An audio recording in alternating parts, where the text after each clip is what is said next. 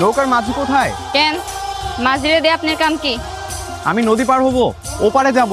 তা যান, এই জায়গায় দাঁড়ায় বক বক করতেছেন কে? মাঝি ছাড়া নদী পার হবো কিভাবে?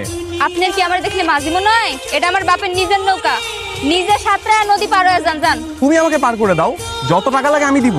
কত টাকা দিবেন? 100 টাকা। আচ্ছা ঠিক আছে, টাকা লাগবো না, আসেন। আচ্ছা, তোমরা গ্রামের মানুষগুলো এরকম কেন বলো তো? টাকা ছাড়া যেন কিছুই বোঝো। এই মেয়ে, এই বইটাটা দেখছেন, মাথাটা ফাটাই দেবো। আপনার আমি কি কইলাম যে আমার টাকা লাগতো না? আসেন, আমি পার করে দিতেছি।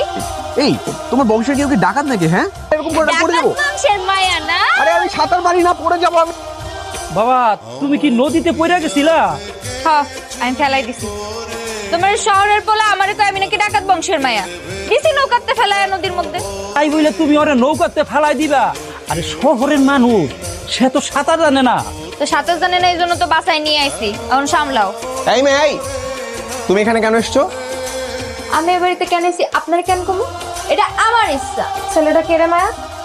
ওই যে তোরে কইছিলাম না, নৌকাতে একটা পোলারে ফেলাই দিয়ে নাকানি চুবানি খাওয়াইছি। কি ভাই, কথা সত্য নাকি? তোমার বান্ধবী একটা শয়তান মেয়ে, আর তোমাকে যেন দ্বিতীয়বার এই বাড়িতে আমি আর না দেখি। আমি আমু না কেন?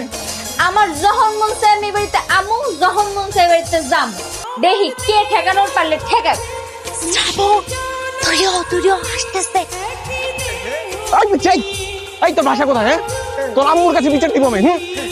কি কেমন মজা? হ্যাঁ, আমার লগের পরের বার যদি লাগতে আইছেন, এর চেয়ে বেশি শাস্তি দিব। তোরা আমি পরে দেখতেছি। ভাই দাঁড়া। ধরে দিছিস কে?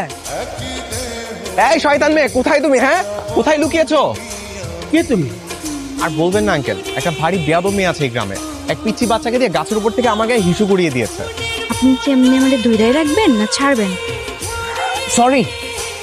কি কেমন লাগে এখন? ঠিক আছে। আপনার